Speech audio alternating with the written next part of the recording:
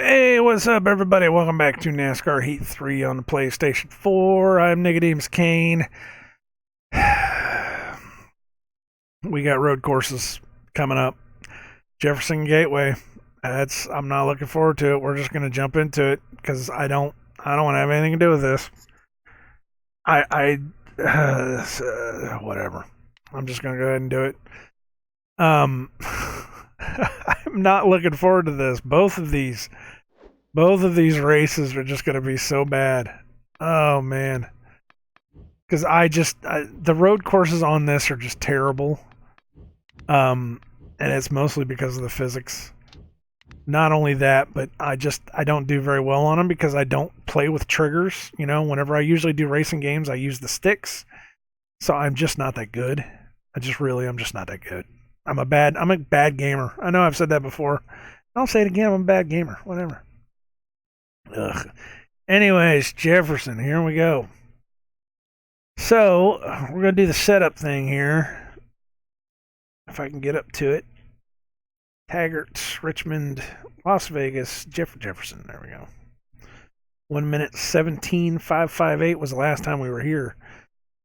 Oh boy. But we are going to continue my my conversation from the last episode. We've been going through cars that I've owned. And I swear I've done this conversation before. This looks good. About the cars that I've owned. Because it feels like something I would have done before. I don't know if I would have done it on NASCAR Heat 2 or if I would have done it in some other game. But it just sounds like something I've done. It just really does. It sounds like something I've done. So, last car I left off with was the Rodeo. My Isuzu Rodeo was a 94 Isuzu Rodeo. Was it 92 or 94? It was a 94. We had a 92. We had a gray 92. I remember that much. And it was a manual. And something happened to it. I don't remember what happened to it. Something happened to it. Either my mom didn't like it or she didn't want to have the manual. I don't remember what it was. But we traded it in and got the 94. And it was red. And then, of course, I said in the last episode that it got taken in for an oil change and the idiots didn't put the oil filter on right. So there was no oil going to the engine. Had something happen. I don't know how that happens, man. I mean, I've changed oil on cars, and you don't get a piece of cardboard in the oil filter. It just doesn't happen. I don't know. Anyways, so it broke. They took it to a relative. Don't ever take cars to your relative. Don't ever trust relatives to fix anything for you. Let's put it that way. Especially distant relatives, because I didn't even know this guy. It was like some cousin of somebody. I don't know what the hell. But, yeah, they took it to them. They did it wrong. It took them forever to fix it, too. It took them like almost an entire year to fix this car. They had to tear it apart, and when they put it back together, they didn't put it back together right. Didn't put it back together right to the point that the engine block cracked. And I think I got 2 years out of that car before the engine block finally gave up. It was a good car, too, man. That car did good. It was a good car. But it died, and then it got shoved in the yard for a while. Didn't go anywhere. And then after that one died, that was whenever I had the Cadillac. That's where the whole conversation started. It's 118. We're qualifying with that. I don't care. 24th. 118 is slower than the 117 we did last time. Whatever. Doesn't matter to me. This is going to be a loss anyways. But, we got the Cadillac. It was an 84 Cadillac DeVille. Was it DeVille or Seville? I think it might have been a Seville. It was the big one. There's a difference between the Seville and the DeVille. One of them is a little bit... It's not as classy. You know, one of them's definitely bigger, and it's nicer. It's it's just the package that you get, pretty much is what it is. So anyways, we had the Cadillac, ran that thing until it just wouldn't start anymore. There was, we went through a transmission on that thing. We went through all kinds of stuff until it finally started having electrical problems. And then it became a car that I just didn't want to fix. I didn't want to try to fix. So we parked that, and that was when my mom told me about the Cruiser. Wow. So it is a 2005 PT Cruiser. My mom has a degenerative nerve disease where she can't use her hands. And she can use her hands. It's just, it's very hard for her to press the buttons on a Cruiser. The door handles are like the old school door handles where it's like a handle, and then you have to press the button to be able to open it up. It's old school, So she couldn't do it anymore, and she was like, "Do you want to buy the Cruiser?" And I said, "Okay, sure, man. It's going to be like the best car I've ever had. It's definitely going to be like the youngest car I've ever had, because up until that point, I hadn't owned a car that was less than 10 years old." So I said sure. So I flew down to Florida. No, I drove down to Florida with her because she came up for a while. She flew up for a week, and then she bought a car. She bought a Ford Escape while she was up here, and she said, "I will drive you back down to Florida, and then you could drive the Cruiser back up." I said, "Okay, sure, whatever." So we drove down to Florida, and I got the Cruiser, drove the Cruiser back up on the worst tires ever. I am absolutely amazed that I made that trip, that car made that trip, because the entire way you could just hear the back wheel going. Doo, doo, doo, doo, doo, doo. And I knew it was bad. It had a bobble on it, and that was one of the first things she said, "You're going to have to get new tires." I said, "I know. I don't know how I'm going to do it, but I know I have to do it." So I drove it the entire way, just fretting for my life. But I got up there, and we got some new tires on it. Greatest car ever. And then within 2 weeks, I used the Cruiser to leave my ex-girlfriend, which I know it sounds bad to say that. That was one of the reasons why my mom decided to pretty much sell it to me, was because I needed out of that relationship. It was pretty much mutual. I think we all wanted out of that relationship. But I needed to get out of that relationship, and Mom gave me the car, and it took me 5 trips to move my entire life out of there within one day. That's just the way it is. That little car, man, that Cruiser has been like the best car I've ever had. Just period. Without a doubt, the best car I've ever had.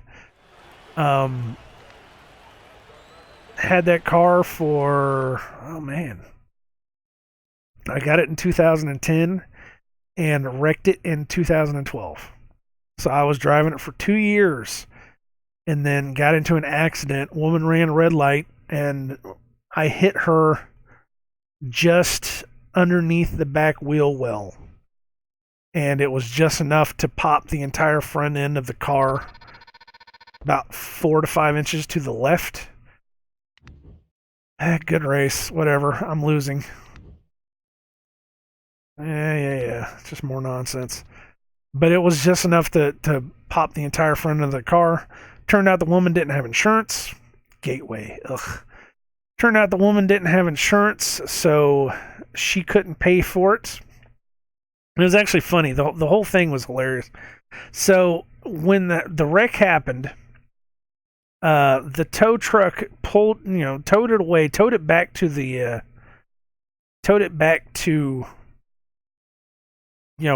junkyard where the tow truck came from.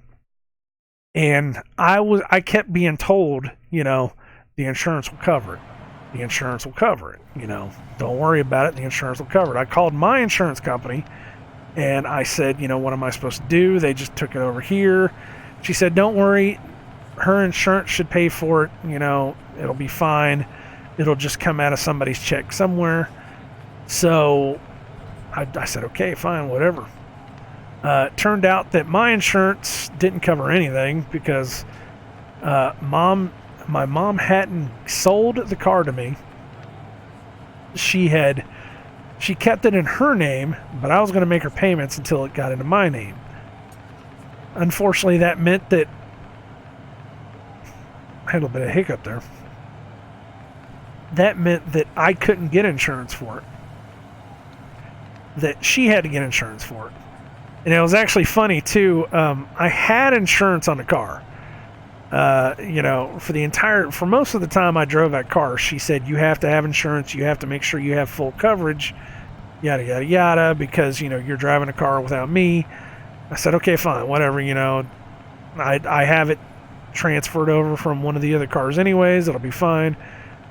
1 month before the wreck happened, she calls me up and she says, oh, by the way, your insurance will not count if you get into an accident, so you drop your insurance and I will make sure that you're taken care of. And I said, okay, fine. I wasn't planning on getting into an accident because honestly, is this Gateway? Seriously? I thought this was a road course. Is this not a road course? I could swear to God Gateway was a road course, but I guess not. There's another track I haven't done very much on then. Holy shoot. The hell? What is this? Wow, I thought this was a road course. I feel like an idiot. Look at the straightaway back here. What track is this? Oh, holy crap.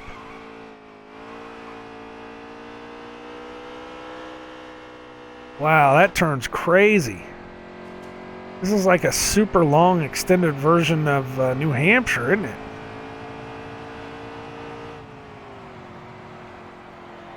Wow. Proves what I know anyways, because I didn't even know that this wasn't a road course. So anyways, back to the story. So I want to take a couple laps of this because I don't remember this track at all. I really don't remember this track at all. So it comes around where she says, it's not going to matter because it's in my name. I have to be the one paying for insurance for you, yada, yada, yada. All that stuff. I said, okay, fine, whatever. I'll drop mine. It'll save me money in the long run anyways. Hell, man, why are we paying for double insurance? Pretty much. Even though, I was insuring myself in her car, according to her, because it was her car and it was out-of-state tags and all that, it would not have mattered. Whatever.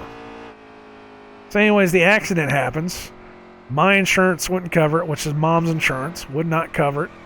The woman that I hit, she didn't have insurance. It took me 1 full week to find that out.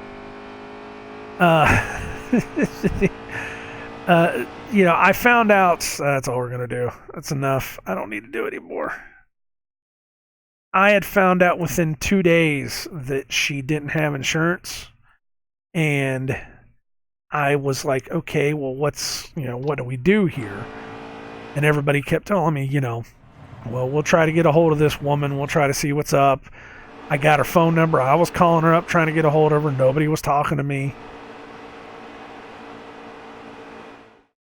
And the entire time this is going on, the cruiser's still sitting at the junkyard. And every day you leave it in there, it's a $50 charge. I didn't know that. I didn't know that until I got a phone call from the junkyard that said, yeah, Mr. Johnson, are you going to come pick up your car here? What are you going to do? And I was like, well, we're having some problems with the insurance. And they were like, well, we have to figure out what you're doing because it's $45 charge every time, for every day it sits here. And I said, what? They said, yes, sir. Your charge right now is $450 some odd dollars. And I was like, oh my God. So, of course, I was like, okay, fine. You got to tow it back to me because I don't know what to do with it. They said, okay, that's fine. Sure, it'll be a $35 charge. I said, just bill me, man. Whatever. I can't. What am I supposed to do here? So Mom sends me like $400 cash in the mail. It was hilarious. It's like, Mom, you're not supposed to send that much money in the mail. Like, whatever. So she sends me all this money in the mail, and this guy tows this car back over to me. So, I mean, it's like we're already $400 in the hole. And then, I'm trying to get a hold of this woman. We're trying to figure out what's going on with her insurance. Her insurance keeps telling me there's nothing going on, and there's no insurance to have there, and I need to get a hold of the guy that owns the car. Turns out that the woman that hit me, it was her son's car, but he didn't have insurance either. So we had to take this to court. And so the whole process of it is, while I don't have a car, I'm basically bumming rides to work and bumming rides everywhere else.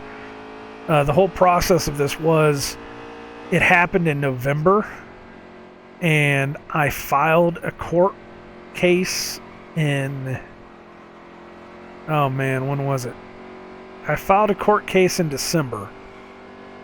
And it was supposed to come due in February. But when the day actually came, we found out that the woman that I had hit didn't receive the summons. And nobody had told me. So I went to the I took a day off of work, went to the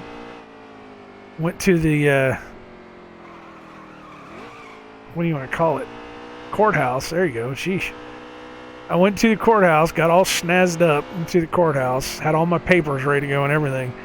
And the woman, I sat there for probably an hour, 2 hours. I don't even remember how it was. And the woman asked me, I was the very last person there, and she asked me what I was doing there. And I said, well, this is my court case today. And she said, well, I don't have you on the list. And she had to go off and ask some other people, and they finally came back to me. They said, yeah, she didn't receive the summons. And I'm like, oh my God, you gotta be kidding me. And it's $90 to file one of these things too, to file one of these dockets or whatever, to be able to get to send it off to whoever you're trying to sue. And so I was able to send the second one for free because the first one didn't go through, because I wasn't told. I kept telling everyone, I didn't get a phone call. Nobody called me. Nobody told me. Nothing. I didn't get a letter. So it finally came back around. I was like, okay, we'll send it out again. The next time came around in March or April. Was it March or April? Seemed like it was 2 months in between both of them. So it was like four to 6 months from the time of the accident. I don't even remember anymore. I have all the court papers in my handy dandy little, I have a notebook. It's seriously, I have all this notebook. It's just full of all these court papers and all this other stuff. The bill from where I had the car. I had to actually have the car towed to a place so that they could look it over and give me an estimate. And then I had to have the car towed back to my house. That was another $70 burn right there. That was fun. It's just good stuff, man. All this money. But I kept putting it on I kept putting it on the tab. I was like, all this money I'm spending on this car, you bet your ass I'm going to tell this woman that's what she owes me. So it wound up coming to something like $4,500 total. You know, it was like $3,000 to fix the car, plus all the money we spent on the towing fees, and you know all the servicing fees, and you know all the other stuff. And finally got it to the point to where she accepted the summons, but the day of the court case, she didn't show up. I was so pissed. I was so pissed off. I was like, I went through all this trouble and this woman didn't even show up. And the judge, you know, he asked me, you know, what I was there for, you know, and why I was suing her for all this money and all this stuff. And I was like, well, you know, I've got the papers here that say this is how much it cost and yada, yada, yada. And I said, there's the receipts for all the towing and stuff that she owes me and everything. And then he was like, well, did you try to take it to anybody else? I said, no, man, this is the only place I could get to have somebody actually come out and look at the damn thing and tow it. I didn't want to spend any more money on it because nobody's got insurance here. So he said, well, you know, for the simple fact that she didn't show up, I'm going to give it to you because it is what it is. And he basically said, you know, all you can do is wait and, you know, if she ever gets a job again, then what's going to happen is her taxes will automatically pull out that money and then you'll get that money. And I said, great, you know, whatever. I haven't seen a dime yet. I don't know what the hell's going on. I should check that. You know, you check those, the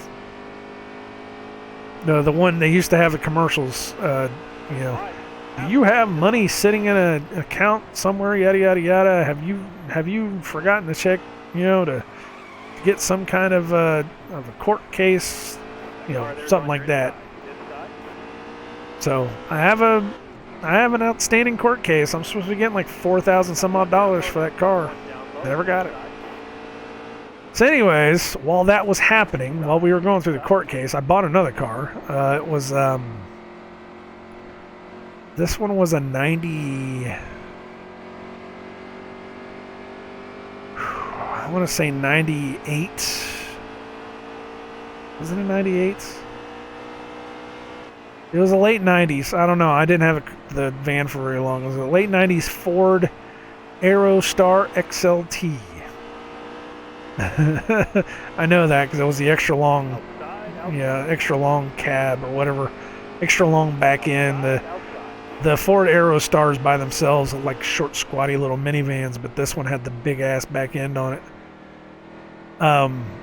Terrible car. That car sucked so bad. Bought it for $1,000 cash because Cash for Clunkers has basically killed the value of any used car that you could get ever. Whereas before you could get a used car for about $500, now you can't find anything for less than $1,000. It is what it is. So anyways, terrible car, man. No air conditioning. The driver's side window would not roll down. The whole van was just dirty and nasty. It was long too. I hated driving that truck. Within a week of owning it, it threw the belt, which was awesome. What else? Man, what else was happening with that car? I just remember the driver's side window, man.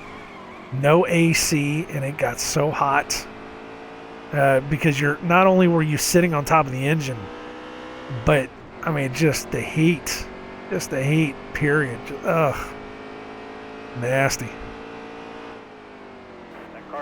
But that van helped to move me from where I was living into my current wife's house. So, you know, it did its job. Took me 3 trips. Whereas it took me 5 in the Cruiser, it took me 3 trips this time. And just, oh man, and we had that van so weighed down. The trip with the comic books was the best. Because I own like, shit, man. I bet you I own 40 short boxes worth of comic books. and I loaded up one trip with the van, and that van was dragging ass so bad you could hear it, scraping the rear fender wheels. Yeah, it was just so weighed down in the back. Every bump, I kept thinking, there goes my shocks. Once the shocks go, this car is dead. But it got it. It got me there. It made it work.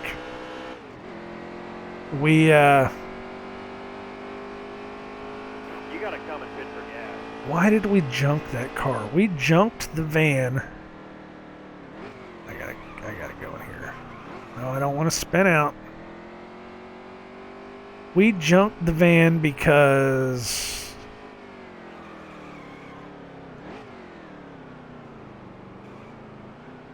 come on now.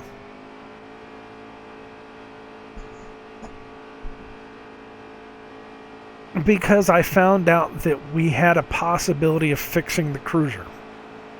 Because from the time that I wrecked the cruiser to the time that I got the cruiser back was 3 years. 2.5 to 3 years. It sat and did nothing for 2.5 to 3 years. That unfortunately took like 10 years off of that car's life. But I said, you know what?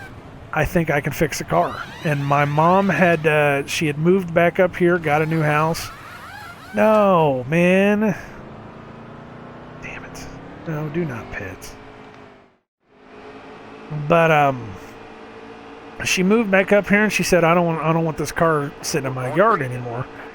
I said, okay, fine. Well, then why don't you give it to me and I'll take it. And if we can't do anything with it, then we'll junk it. Whatever, So she gave it back to me, and I found out that I took it all apart, ripped everything off, took it apart, found out that the front forks of the cruiser were bent 4 inches to the 4 inches to the left, like I said. And I was like, well, there's got to be a way for us to bend these over.